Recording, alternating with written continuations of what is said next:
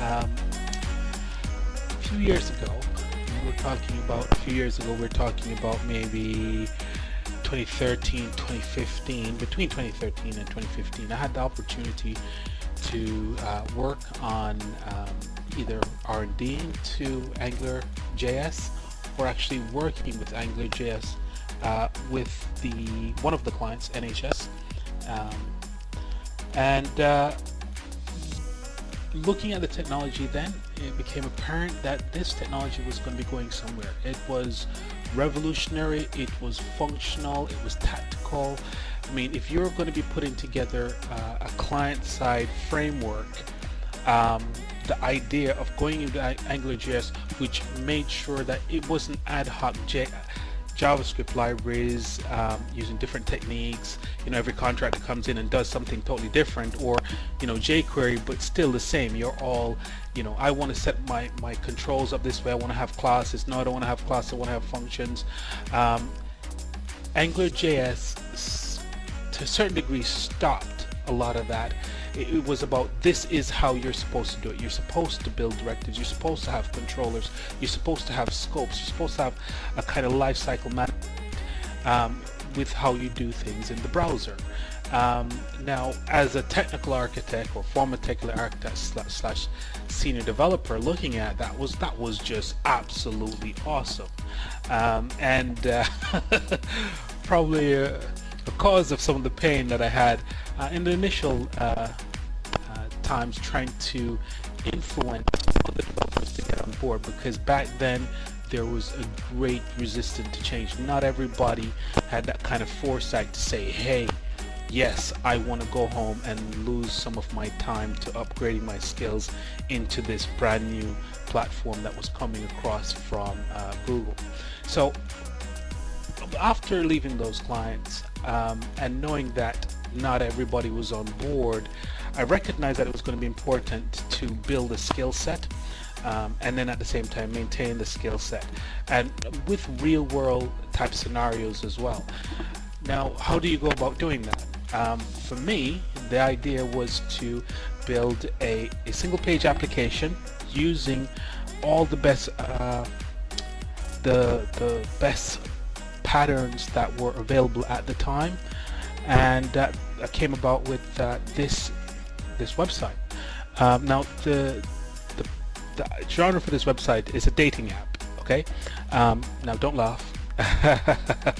It was a dating app aimed primarily at a very specific religious sect, because obviously, I'm not sure if you're aware of this, but yeah, Muslims tend to marry, but don't necessarily hang out with females, so they're a strong target market for a dating app. So that's what I went about doing, and it forced me to have to think about all aspects of the application as though it was real world type scenario, but at the same time taking into account the kind of features that were available with AngularJS at that time, and at the same time, what can you physically do as a single developer? I mean, if I went into a client now to do this kind of work, I'd be doing this for months. And like I said, I was working on this in my own time between 2013 and about 2015. So here we have, we're going to go into it now. Okay, we've got a backend, which is SQL Server. We have the actual website itself, which is an MVC app, and it's a rather large app because it grew up over quite a few years. We skipped the web API concept because at the time SignalR was coming out, and SignalR was, it was better than web API. Web API is you call in and it returns you a result. SignalR is you can call in or it can call in to you. So we've got two-way communication going through that, and for me that was quite sexy. It's like, wow, we didn't have anything like this now. The browser's coming alive. That was amazing. So I'm going to talk you through some elements of the MVC element, the MVC paradigm, the structure, how I've got it set up here. I'm also going to talk you through some of the work that's going on in the back end. Now, traditionally, you might think, well, hey, everybody knows what a database is, and you know, this should be kind of straightforward. Why would you need to talk me through your database? Well, the techniques that I used when putting this database together was not a traditional star schema or snowflake schema, in the sense that if I'm going to use entity framework as my data access technology, I want to have my entities configured so I can look at the back end and communicate with it in a logical fashion. Now, I say that, but at the same time, the technique that I used was not traditional at all. Everything in the database in terms of how to communicate with every user, you know, the various attributes that go along with the user were not abstracted into a single table per entity in that sense. The user doesn't necessarily have a profile table, for example. Instead, what I did was I went about crafting a data structure that would allow to the database to be able to grow without me necessarily needing to take down the web server and recompile. So this structure now, I have assets, a user account is an asset, a user is an asset, a message for a user is an asset. So it's highly generic. I did actually use this database for some work that I did for the MOD, the Ministry of Defense, going back to about 2012, and their whole catalog, or there's only so much I can say about it, but essentially there was a specific project that I worked on that required structuring or classifying certain documentation so that it could be accessed, and this again, this data or schema or similar schema was utilized, whereby I didn't necessarily have to craft, you know, specific modules or structures specific to them. It was highly generic, so I could put any data in there. And I mean, let's get into it. Let me see if I can give you a demo of what I'm talking about now, and then hopefully it'll become a bit more apparent. So I'm going to find a store prop that I normally run. This is a user that I've got configured as a test user. Let's go to the front end. We're going to log into the system with that user. All right. Don't worry about login form. It's got 3 or 4 different mechanisms or processes for logging in. One's using SignalR, one's using Web API, one's using the standard AJAX process in terms of actually posting the data up to the server. So again, this is more like my own web harness as opposed to, or test harness, as opposed to something that's live at the moment. So this is a profile for a user. Let's see if we can go in and drill into some of this data here. Right. Now, if I recall, I'm supposed to have some data persisted to the browser that's kind of embedded in the page that has the entire profile for the user. Now that looks like a degree of gibberish, but that's some JSON data that's persisted when the user logs in. So the user doesn't necessarily have to call back to the server if they want to edit their own data. And there's a specific reason for that. So let me see, JSON, pretty fire.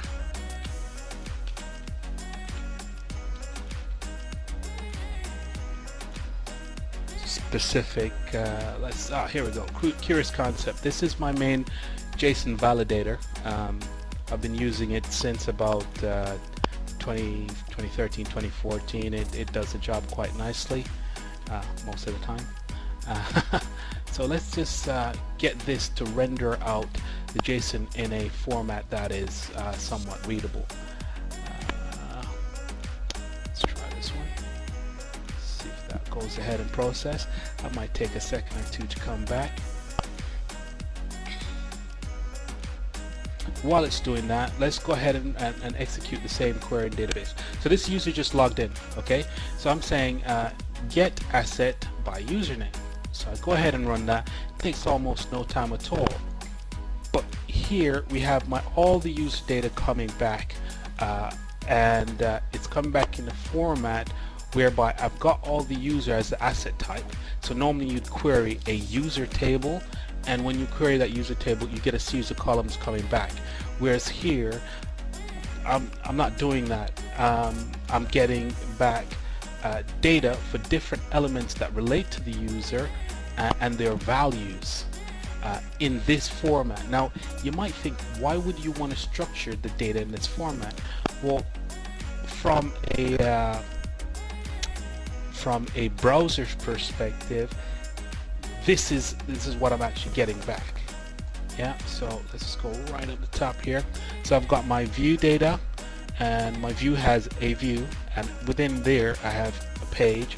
Within there I have view my profile page. Let's just edit my profile page, edit my match pages, and various other elements that relate specifically to application. So the browser within Angular is feeding off this data in a quite efficient manner. So it's very easy for me to be able to just post back snippets of data. So if they change sections of profiles, so say for example, let's just close this out here for a second.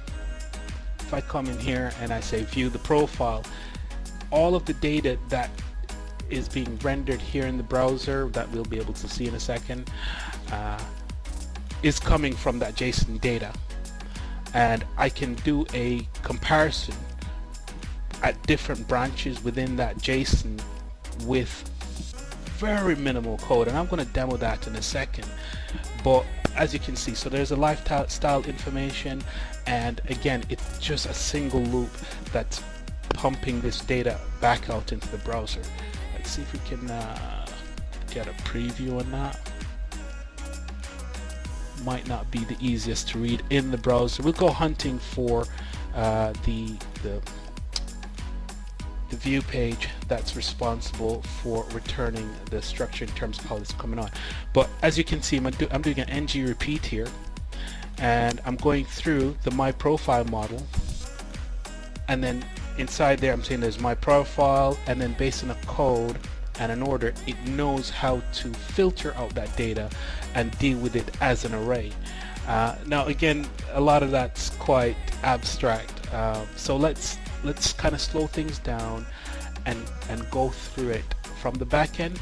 Then we're going to go into the web section and look on how we're actually dealing with that JSON data, or at least the data, converting it to JSON, and then getting that sent down to the browser. Okay. So, Control R. There is a section in here where this is my patch scripts that I was using to get the configuration pushed back up to Azure.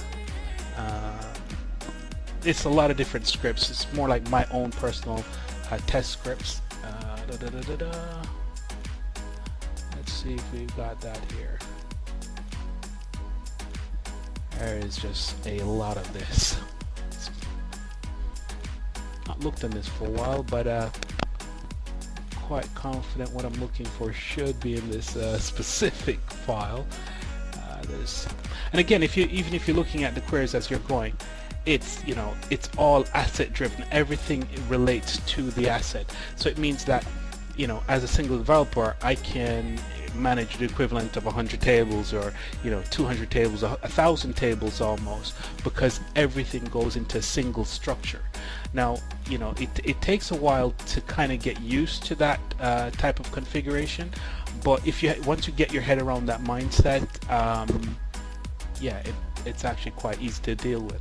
I mean, for me personally, I don't mind having 100 or 1,000 tables, but if I'm going to have my own personal project, I'd rather have it configured in a format that is manageable, as opposed to having to constantly build out additional tables and get them populated with test data and things of that nature. Okay, so here we have, let's have a look on this here. Better still be running. It's 180 rows. That's reasonably efficient. Took 5 seconds to execute that. That might have been because we've not run to one. Let's just do that again. Right, so 2 seconds. What we've got coming back here, this is the menu system, and again, all menus are assets. So whatever you'd be seeing on one of these here, this menu is coming directly from the database in JSON format in that payload. So here's the menu, FAQ, the home. Mail, my profile, and then my profile would then have, let's see if we can expand this, limited space here. That'll take a second just to expand. Alright, edit my profile, there's the URL, and I'm using states in terms of my transitions within the Angular routing. I think it's actually a UI router, so not the default routing mechanism that comes out the box with Angular, but UI router, which at the time was a de facto standard as well. It just didn't come directly with the actual install for the AnguarJS framework. So here again, we continue. It's all menu information. So edit my matches, the personality, and again, I've got things like, you know, the icon information, if it's visible, if it's a spacer, divider, you know, the order. And once this actually gets down there, I've got my navigation. This calls into a method within the Angular world, which will then forward the requests on to the relevant page that the user is supposed to be on. So again, it's going to be more of the same. I think you probably get the principle of what we're trying to talk about there. So let's just minimize that menu. Any kind of lookups that we have are also assets. So all those drop down lists on the screen, so age, annual income, appearance, whether or not they're religious and attend religious services, the body type, you know, if they've got children, their complexion, whether, you know, let's have a look here. Complexion, this is the description. Wheatish brown, fair, any. And I'm going to show you all this in the browser at the same time, so just to keep it kind of relevant. So that's the JSON data. It's a whole lot of it, but it's all in the browser, and this feeds off it as well. So if I was to come in here and say I want to edit my matches, just wait for the loading. Yeah, all this data was already here on the client side. There was no need to request this data again. The reason why you saw the egg timer is because we're getting the what we call the templated URL. So we're calling off to get the rendering metadata or markup that's going to be used to format the screen. So if I go back to my view, you're not going to see an egg timer. If I now go back to edit my matches, you're not going to see an egg timer because it's already on the system, on the client side at least, or like you say, the browser.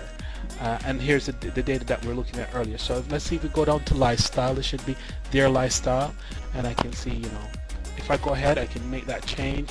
There is no need to save that data. In the background, I'm using the chat, or what you call SignalR, to get that data sent up real time. So the concept of saving is kind of like redundant. Why do you want to do that? If every time you make a change, that it's only just that change, just an ID, and the user's information is being resubmitted up to the server. So there is no need for how can I put it? There is no need to have a save button. So let's see. relocation, willing to relocate, not sure, and that will then go ahead and then get pushed up to the server using it could be using WebSockets at the moment. Let's see, I probably need to do a recording for that. We're not focusing for that section at the moment. Not sure what's going on. There's a new version of Chrome. It's been a while since I've tested that, but I'm quite confident that's going on. Let's just test that. It's just going to be easy enough. So at the moment, their lifestyle, i.e. the person that you're looking for, you're saying I'm going to edit my matches. I'm saying with their data, I would like to know that they have a house. Yeah. So let's go ahead and change it to studio apartment, and I'm now going to go to home. So I've come off that page. Now what I'm going to do, I'm going to refresh the entire screen. And remember, we're targeting studio apartments now, right? So, or we're targeting a partner that has a studio apartment. Now, this better work. I've not tested this. It's been a while since I've had a look on this. So again, because I've done a refresh, everything here is how can I say? We have to get it afresh because we just refreshed the browser. So I'm saying their appearance, their lifestyle, studio apartment, okay, and I can go back to houses. So that data is being pushed up real time, and again, it's not doing a full page post back, as you can see, and we're not doing Ajax, we're not doing partial updates on the server. We're literally just saying, I know who this specific user is.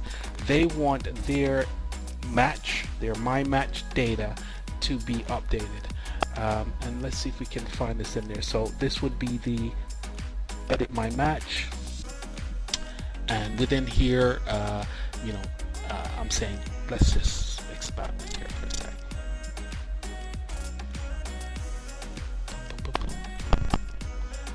Right, scroll this up. So when I'm doing the edit my match, I'm saying on here, these are the items that we need to be considering. So their hobbies, and so we're talking like entertainment, food, music, sports, so on and so forth. And again, these are just the different kinds of lookups and the data that's supposed to be on the screen. And the way how we've crafted the UI is so that the two of them, they're deeply coupled at that point based on the code, but in the database it's just data that's being held against an attribute. So an attribute can have an attribute. So example, an account can point at a user, yeah. So that way, essentially, you can have an account pointing at many accounts that point at many users, which is, again, to me, quite efficient. But again, it's just that we're using a different approach in terms of how we persist data within the database. And we're at the bottom of the page, and we've not found what we're looking for. Let's just have a quick scan of this. Get asset section. Right, I'm gonna go back up to the top. I've got this query here going. Another thing that we want to kind of demo is this principle of the user having a language. So say for example, if I say I want to see this specific user here, now all the data is coming back in English. Well, what about Chinese? What if I wanted users who spoke Chinese to be able to use this application? So that's one. It's language 2. That's Arabic is number 2. Number 3. And we've got my email showing up in the video. I am not happy about that. Let's just close this down for a second. All right. Okay, and here, as you can tell, I'm a fluent Cantonese, Chinese, Hongkonese speaker, and I'm getting all this data coming back. So if I want it to be slick, which I do, I can go ahead and I can say I want this user to be configured to speak Hongkonese. I'm sorry, I'm not sure if that's polite. Chinese. So let's now go back to the homepage. I keep coming back to homepage. I'm doing what is known as the Bill Gates demo. For Windows 3.1, it's kind of angling on that. If you don't know what it is, that's a good thing. If you do, then have a good laugh. Right. So I'm on the home page, or at the root index for the website. We're doing hash bang in terms of for routing mechanism, and then here we go. I have the core elements of the site coming back in Chinese, which I think is brilliant. This is long before Google had their feature where you could translate the website or something like that. And again, if you were thinking about that, you wouldn't want to rely on Google, because it doesn't mean that every client coming to your site's going to be working in Chinese. Now, not everything has been translated, but the majority, right down to data level, have. For example, any. That's only in the database once, so probably, no, I'm making excuses. Realistically, any should be in Chinese as well, but it's still pretty good. Hey, this is in Chinese. I have no idea what this actually reads out, but because of the way how it's been configured, it's coming straight from the JSON data, so it means that if it works in English, it's going to work in Russian, it's going to work in all the other languages, pretty much guaranteed. So there's the JSON data. Clicked away from, let's click away from that. So there's the JSON data, and it's got the information both in English. So if I need to debug this now, I know that, provided that the translation was right, appearance, that's how you say, that's appearance in Chinese. Yeah, and if you want me to speak to you in Chinese, I can do that as well, but we'll leave that for another video. So no, I can't. No, my Chinese is really bad. I know sweet and sour chicken, and yeah, that's about it. So yeah, and we've got this working now in roughly about 44 languages, I think. So I think that looks like, I want to say German, but who knows? Pong, Tong, Chong. Okay, I need to stop that. Right, now let's get smart again. Alright, so really kind of cool. Just by the vision was to have the user on the home page or somewhere up here, and they'd be presented with a list like this, and each one of these would have a mapping back to a language. But I mean, there are roughly about 206 countries here. I'm not going to be translating this into 206 different languages, no day of the week, but just the general foundation has been built to make sure that most of the key store procedures will require that we pass in a request to say, how do you want this data back out? And because it's attributes on asset types, the values just flow, right? And then again, every time they change their data, I version that. So say for example, if I wanted to be running a help desk now, and somebody called up and said, oh, they paid, but they paid for another username or what have you, I can tell what the previous username was, even if they had 100 usernames, and it wouldn't be a lot of stress on a support help desk because of the way how it's been coded. It's been coded future-proof to be simple. I don't need to redeploy the database or run a whole lot of scripts. I will still need to run scripts, but those scripts would be along the lines of let's add attributes, and because in the middle tier or within the .NET layer, I'm not doing a lot of hard coding around the attributes themselves. The attributes are just seen as something that you can switch on or switch off against an asset type. In this case here, the asset type would be a user. Yeah, and the asset type would have attributes. Those attributes would have what we would call in the .NET world, like this would be a scalar. But I don't need to care about that until the user tries to make a change, or when I'm rendering. So I'm saying, okay, if it's a number, I'm going to use a specific type of formatter. If it's a taxonomy, that's another pointer out. So like my profile, I can't read Chinese. Oh no. Okay, what's this? No, that's not it. Right, here we go. Okay, no, I better go back. Let's get this back to English. All right, no, not there. Here.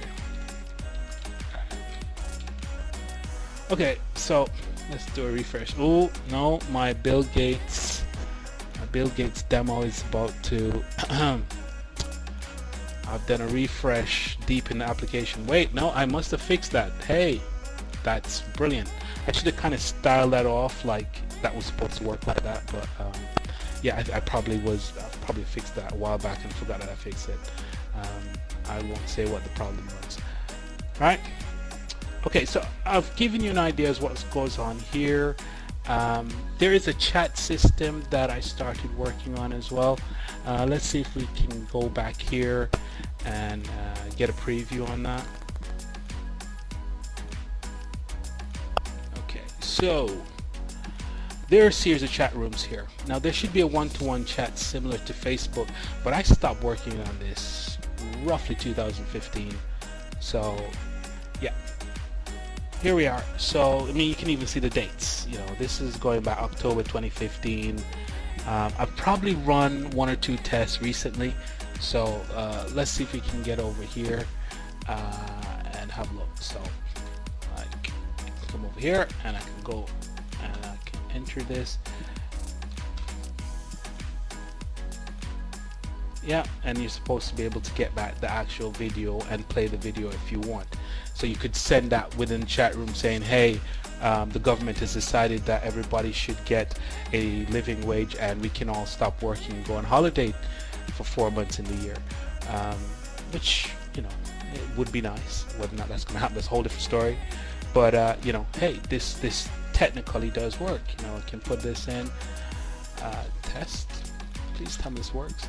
All right, now, right, so there is a requirement to scroll. So you know, if you put in any information in here, it's supposed to scroll. That feature has not been focused for, and this, yes, asterisk, I'm pretty sure I left that there so I could search JavaScript and pick up on where we left off from. So right, what I want to show you now, we're going to have a look on Trello at some point, because everything that I've worked on so far has been focused on from the Trello perspective. Now I call it system core because the application has been built in a generic fashion. That's a dating app, but a lot of it is generic, so I could be you know, using other elements of it as well for different types of applications. I'm not going to go into detail on that now, but this is just to kind of give an idea as to how things are working. So to work on any specific feature, you got to go into Trello, detail what it is, run a migration routine, create the user, let's just create user research result routine. That probably should be search result, not research result. Create missing attribute from user table, so on and so forth. So I mean, this is going back, you know, this is years ago, but that's how we were doing things back then. Again, best practice whenever you're coming to do it, whether you're doing it for a client or doing it for yourself, so that way you only know one way to work, and that's the right way. So you know. So Trello is kind of like a standard out there now for agile teams. You know, some people use Kanban, some people use Trello. You know, I like both of them, and we still have a series of features that still need to be built out. But again, because I think what happened was once Angular to Angular 2, and it wasn't quite clear from Google that AnguarJS and Angular 2 were going to be almost two different pipelines, and they were going to be supporting both of them moving forward. I mean, we're on Angular 5 now, and but at the time, you know, I'd just put like 2 years of my life into this, thinking that, hey, this was going to be how Angular was going to be moving forward, and there was a big backlash. I mean, a massive backlash. Let's see, Angular upgrade backlash. Yeah. Oh, minimizing Angular backlash of multi-stage trend. Okay, I need a better search, and I'm not going to do that now. So yeah, let's just get away from that. This error here is probably just the format that I've requested in terms of whatever it's complaining about. But as you can see, it's able to interpret it, and the browser interprets it quite fine as well. So that's another issue. So with all that being said, I've given you an idea as to what goes on in the background without giving away too much, because hey, this is a lot of work. We've got a lot of staging tables here. This is more just for loading off the, I think it was primarily the languages. Yeah, it was primarily languages. So the way how I did that was essentially you got the core, what I call taxonomies or the classifiers, and then you translate all of them. But in terms of the query, I don't query this. This is not used. So I could drop those tables. In terms of where I'm getting that data from, all of that's either going to be at this level or no, it's at the actual, it's a physical value. So if you recall, when we looked on the JSON data that was in Chinese, let's just close this chat room. Yeah, so when we looked on the JSON data, it had the Chinese embedded. We always bring down the data in English, bring down the actual value for the data in Chinese or whatever additional language that we're trying to support. So now let's see if we can go and have a look on some of the code. Because of the size of the application, I'm going to try and keep it, you know, somewhat relevant to Angular. The MVC side of stuff is relatively straightforward. You know, you got accounts, API, we've got the physical account, so pretty much everything passing through here. You know, do some anti-forgery work just to make sure that nobody's doing any cross-origin access or anything kind of crazy like that. You know, it's a standard kind of claims authentication going in. We cookie the data back down to the client as a hash. So that the user can, you know, they can automatically log in, visiting the site. Some people like that, some people don't. That's what was cool at the time, and that's what we're working with. You know, why do we have a chat controller? That's interesting. I don't think we're using that. And the reason why we shouldn't be using that is because we have a hub. Now, I know that I'm using this specific one, so this is my hub, and hub is Microsoft ASP.NET SignalR Hub. We derive from that.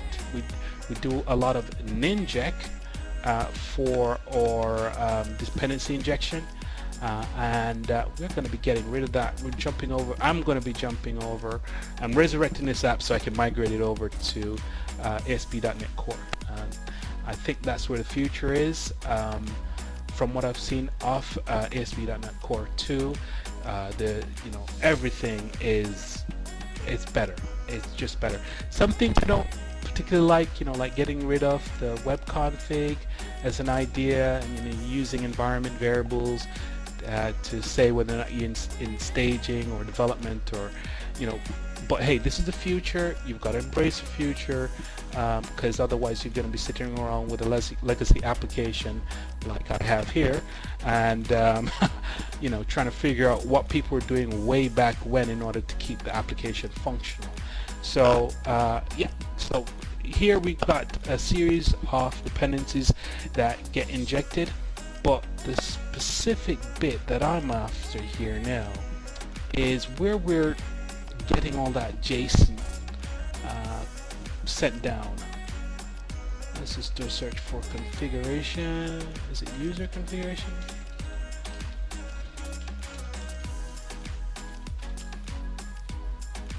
Yep.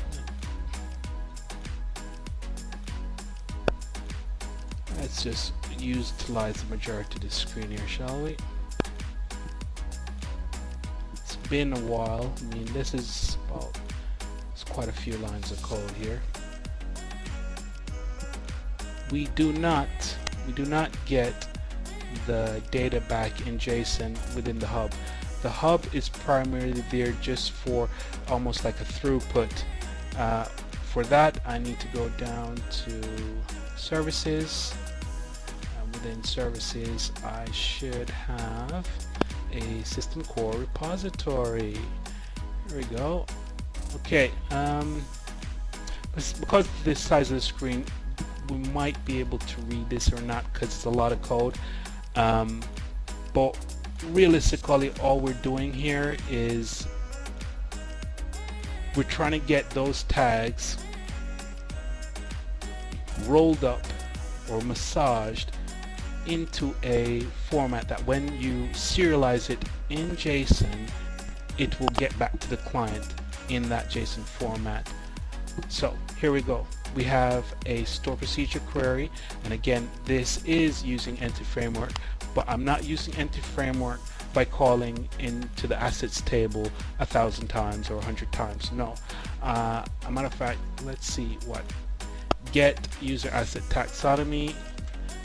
That one's not going to be one of the slick ones that we care about.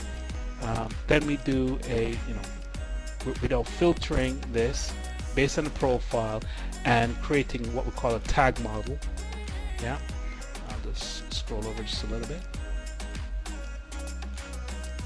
Right, we do a hard code here primarily for the conversion. I mean, if you're going to be doing dollars or dollars and cents, or pounds and pence or what have you, that's the only. This is one of the only ones I think that I kind of had to code specifically within the code, within the middle tier logic, to get around. Wait, hold on there. How do you represent two different dollar values or monetary values with a single user configuration? Because it's supposed to be generic. So we'll just leave that one for the time being, but that's the exception to the rule. And then now we're coming down, we're saying get the profile and the match profile information, or at least configure the dictionary. So we're going to have a dictionary of strings and the tag configuration.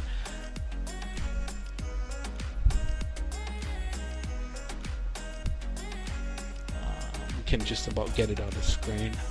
What we're doing here, quite a few lambdas, build up the tag list.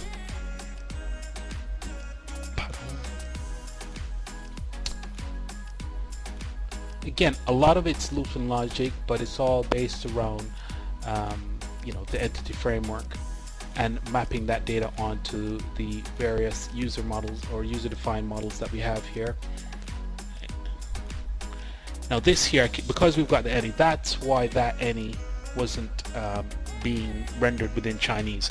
It's hard coded. Naughty. That should go on Trello on the fixed list. Yeah. Profile tag information, my match tag information. Again, a lot of this loops and logic for each going on there. Calls out to get the menu data. And again, it looks like there's a lot of work going on here, but remember, this only happens when the user logs in. After that user logs in, it's a single page application. We're not going to get this data again. The only thing we do is send back changes that the user makes to the database. Yeah. First default. Get the user asset section. We looked at that in the database. Page config. Again, very generic.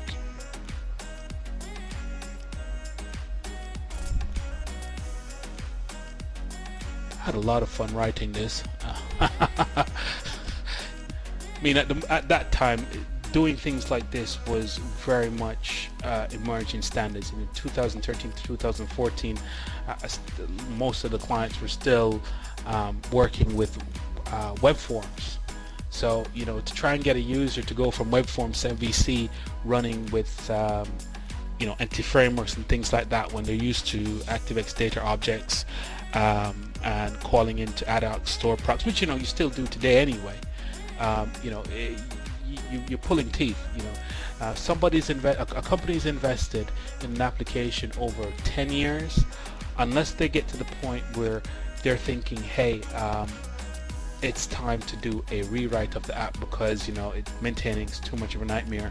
You know, 100, 200, 300,000, a few million lines of code, and half the people have left the company. You know, then, you know, the visionaries come out and say, hey, let's go for Angular 2. But, you know, if they're not in that mindset, do not be the person to suggest that what you should be doing is migrating your app up to the latest tech. For that, you want to go greenfield or be thinking about some of these startup organizations who, you know, hey, if you've not built anything yet, then let's go for it. Anyways, here we go. We got the user configuration model, which is now going to take in the page, the menu, the iterators, which is just like it's the way how Angular works. You know, you have this concept of iterator. It's almost like saying this is what's going to go through the lookups to be able to render in the browser. It's just easier to just have those tags set up here. The lookups themselves, my profile, my match, the settings, the physical user's own data, so that we can always edit that, the countries list, and the state information. Yeah, so that's probably hardwired for the United Kingdom, I think. Which again, like I said, the whole principle of building this application was to have a best practice website there ready to run with. Apart from the fact that I don't get rid of code that I don't like the delete button, so if I'm going to be commenting out code, it's going to stay there for a while unless it's time to do a general cleanup. The whole idea is that, you know, you delete something and it's not in source control, you're in a lot of trouble, and you don't need to go through that pain to know that you're in trouble. I've seen people do crazy things outside of source control, and yeah, so I like the idea of just leaving my code there. There was a reason I typed all that code. If I ever need to get back to it, it's right there for me, and especially because, hey, that's my system, I can do that. You know, you're going to client side, the client doesn't like you doing that, you just don't do it. But for me, I like to know that if I've made a change and I need to see why I've made a change, I can always go back to it without worrying that, oh my god, that thing that I changed, it really did work, I shouldn't have deleted it. So that's what we've got going on there now, in terms of how we get the data going back via JSON. So I think this might be in the account. Let's have a quick look. We'd be logging in, so it's probably going to be somewhere around there. Spark controller profile. Okay, let's just have a quick scan here. Right, so this is one area where we're sending the shell back out to the client. Not sure if I want to give all this code away. Right, so where's the shell? So I'm saying that's in the controller for the account, and I do have a shell here, and I'm saying if the user identity is valid, then let's go ahead and we're going to find this. So there's my host, warrior adapter, got a bit of Bootstrap. The whole site is a responsive website as well. So yeah, let's just do a search for, let's search for raw. All raw should be relevant. That's one. So we're doing a JSON, right? So the view model data here now. I'm getting this serialized to JSON. This view model here is where we're sending this back out to the client. That's right, it's within the script tags, and by putting it in this variable, it's pure JavaScript. So when it gets down to the client, the JavaScript universe or the Angular can then feed off that and bind off that JSON. And this is the technique that we were using, or I was using at the time, to be able to get that going. Alright, so here we've got the container. So let's just give you a demo just to say, hey, it is all responsive, as it were. So it's fully responsive configuration here. Yeah.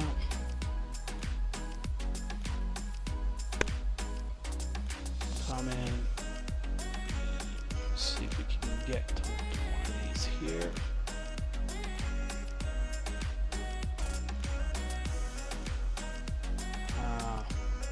Looks like we've got a feature create.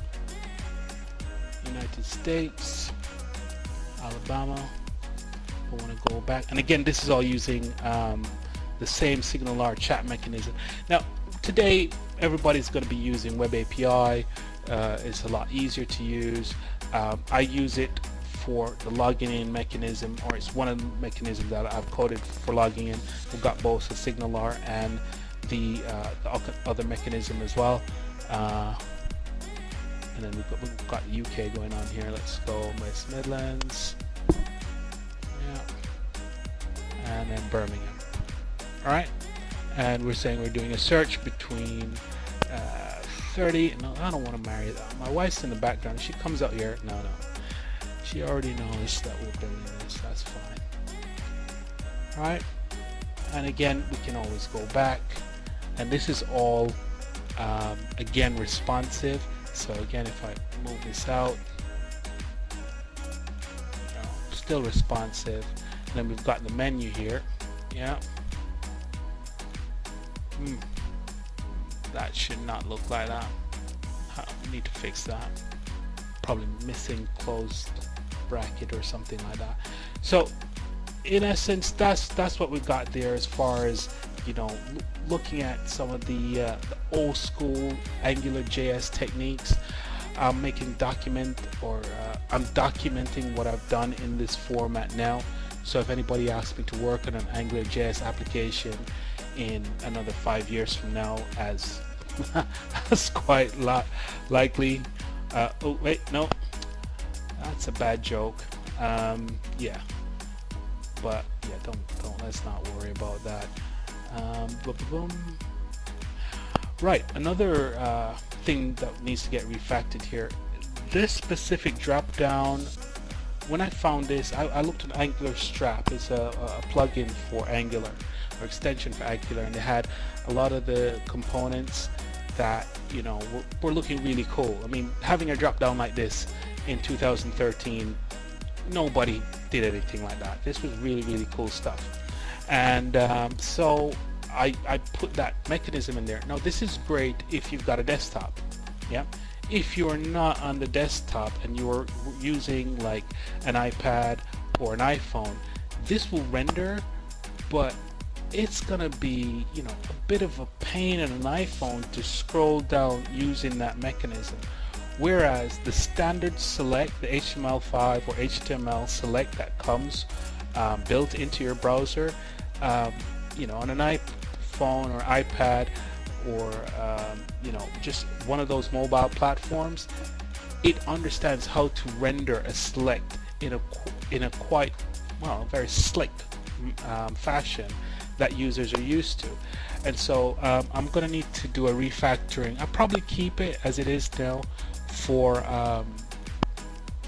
desktops, or the desktop layout within the responsive configuration, but for the client side that's going to be mobile, no, that's going to need to be refactored, because people aren't going to want to kind of scroll down and after finish making a selection try and figure out how far they've got to scroll back up, and at least be keeping in mind exactly where they were on the page.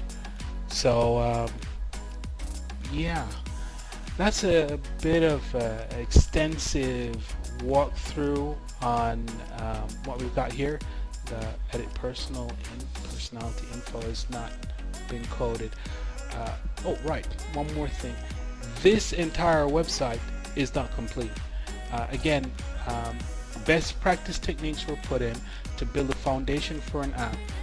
This so happens to be a dating platform, and it could be extended, but it could also be refactored to serve other kind of online type communities as well.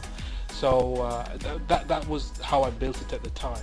So while this is going to get refactored or migrated over to Angular 5 with Angular core being the server side talking to probably the same database, this shouldn't be seen as me saying, oh, I've built a full app by myself, web app, dating app. We probably could do a Udemy course or something like that, in which we probably detail exactly how we did all elements of this. But before I go into wind-up mode, I don't think I've actually detailed any of the Angular itself. I mean, we've gone at it in passing. Let me see if I can give you a preview on some of the partial pages that go back up down to serve the template URL mechanism. So let's have a look on a page that we definitely know that we've worked on recently. Okay, so here we go. Edit my matches. So we've got the document service. I'm gonna go dig for that in a second, but right now this is just what's going on server side. This has been commented on the server. We don't care about it anymore. Only what's uncommented is what's going to get rendered back to the client. So again, we're doing Bootstrap, and we're saying, hey, we want the icon, we want the title. We're going to do a loop through all the edit my match page items, and then we're going to detail the title, and then we're going to loop through that specific section, filtering the lookup that we need based on the key value pair, and then detail that specific list. Right?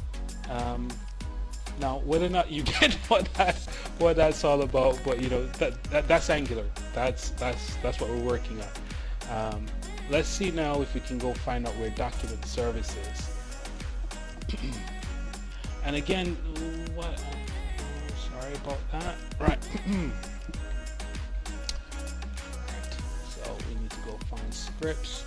Now, within the today, when you're doing any kind of Angular, especially if you're doing a lot of Angular on the .NET Core mechanism, you're going to be doing www root. At that time, 2013 to 2015, I was not working with Angular Core. I don't even think anybody was working with Angular Core if it was even out at the time. So we weren't running with www root in terms of where you actually run from. Back then, everything was run off the we'll call the bin.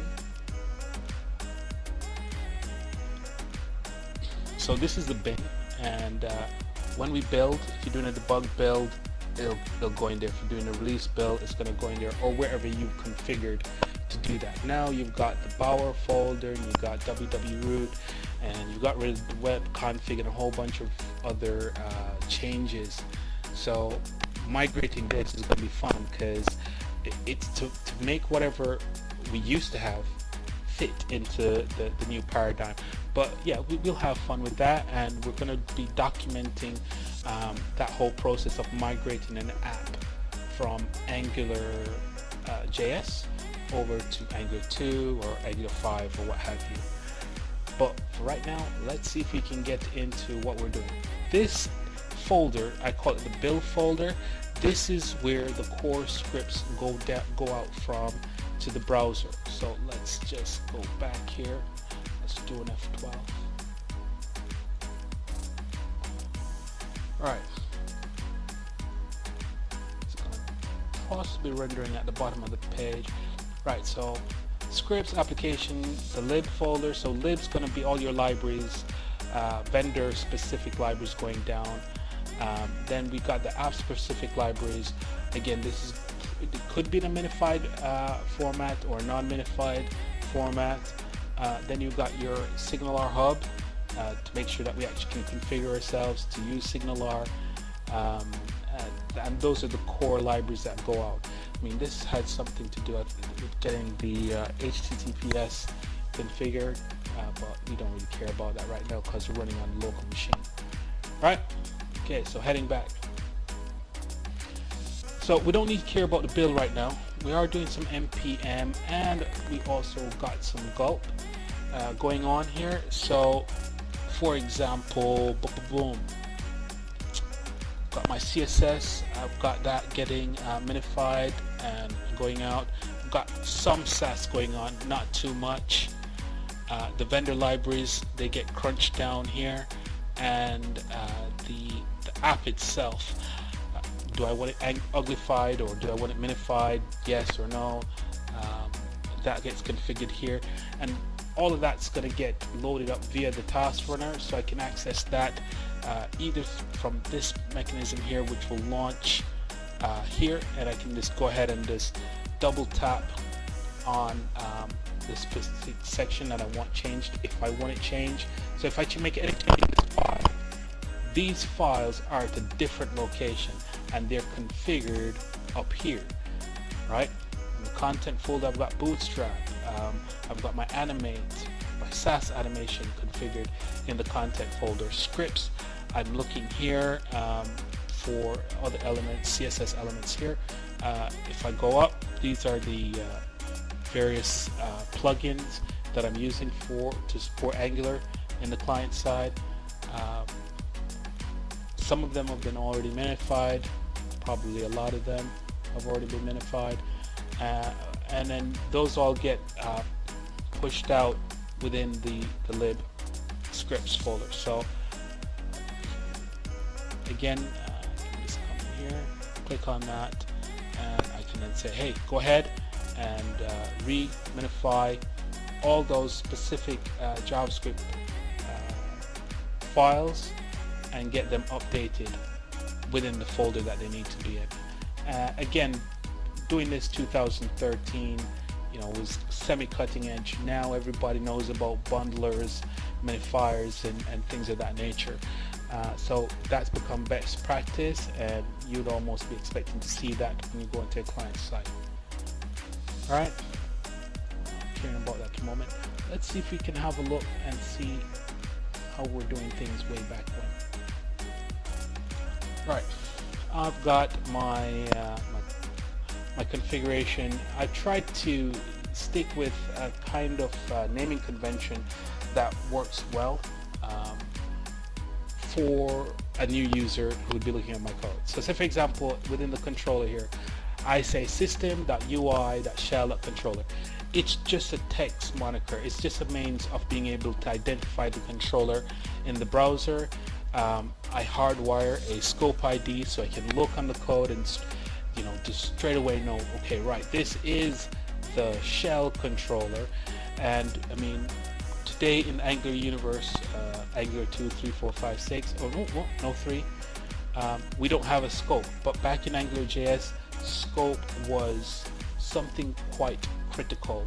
You had everything related to the scope or the root scope, yeah, and that's how we're doing things, or that's how I was doing things back then. Yeah, so we bind on and set up event handlers and things of that nature at this stage.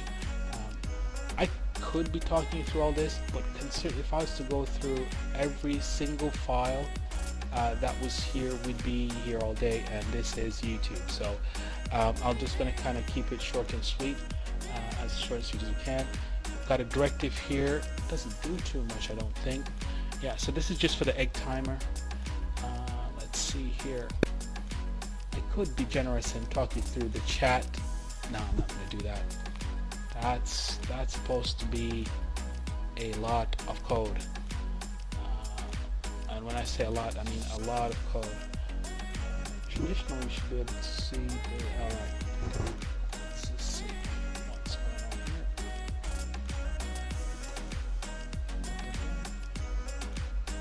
Should be able to see how many line numbers there are. Doing this in a low-res version. Oh, just there, almost there, almost there. Alright, so the chat system has got roughly about 3,500 lines of code. It's a lot, and I'm not looking forward to getting back involved with this. I mean, but I think I got to a point where I was doing a lot of JavaScript and using jQuery and things like that, and obviously you need to be working within the Angular, I'd like to say the Angular universe, in terms of, you know, watching things in the DOM and being able to listen to things. Angular likes things functioning in a specific way, and when you try to port a lot of stuff over from jQuery into Angular, you can find that you're doing a lot of work, or maybe a lot more work than you need to do. So yeah, we've got the chat directory there. I'm not going to give any of that away.